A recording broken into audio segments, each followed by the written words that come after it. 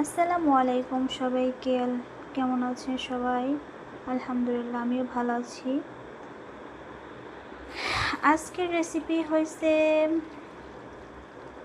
কলা মাছ আলু দিয়ে ঝোল ঝোল রান্না করব। প্রথম দিয়ে দিলাম পেঁয়াজটা ভেজে নিলাম, রসুন দিয়ে দিলাম, রসুনটা একটু কষিয়ে নিব, তারপর একটু পানি দিয়ে দিব। পানি দেওয়ার পরে একটু বলকানোর পরে দেব লবণ পরিমাণ মতন, হলুদের গুঁড়া পরিমাণ মতন, মরিচের গুঁড়া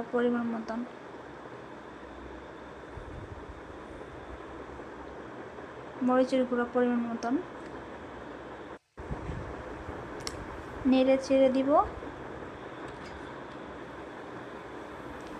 ভালোভাবে কষিয়ে নিব। নেওয়ার পরে হালকা একটু জিরা বাটা দিয়ে নিব। জিরা বাটাটা দিলে একটু ঘেরান আসবে, একটা ফ্লেভারের খেতে অন্যরকম একটা মজা অনুভব হবে। দিয়ে দিব সবজি, আলু কলা দিয়ে দিব। দেওয়ার পরে ভালোভাবে এটাকে কষিয়ে নিব,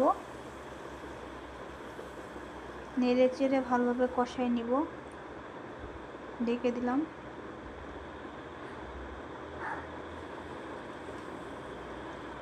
যে প্রায় কষানো শেষ পর্যায়ে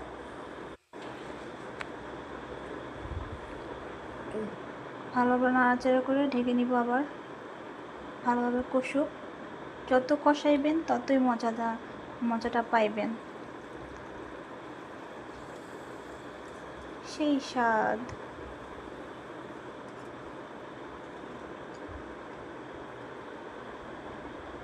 আমার কষানো প্রায় হয়েই গেছে। পানি দিয়ে দিব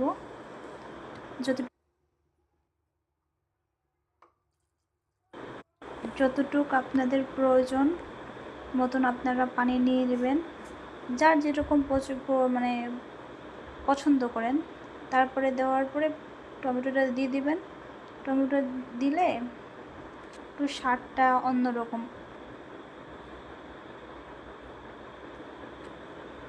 খেতেই অন্যরকম লাগবে। যাই হোক, তারপর ঢেকে নেবেন।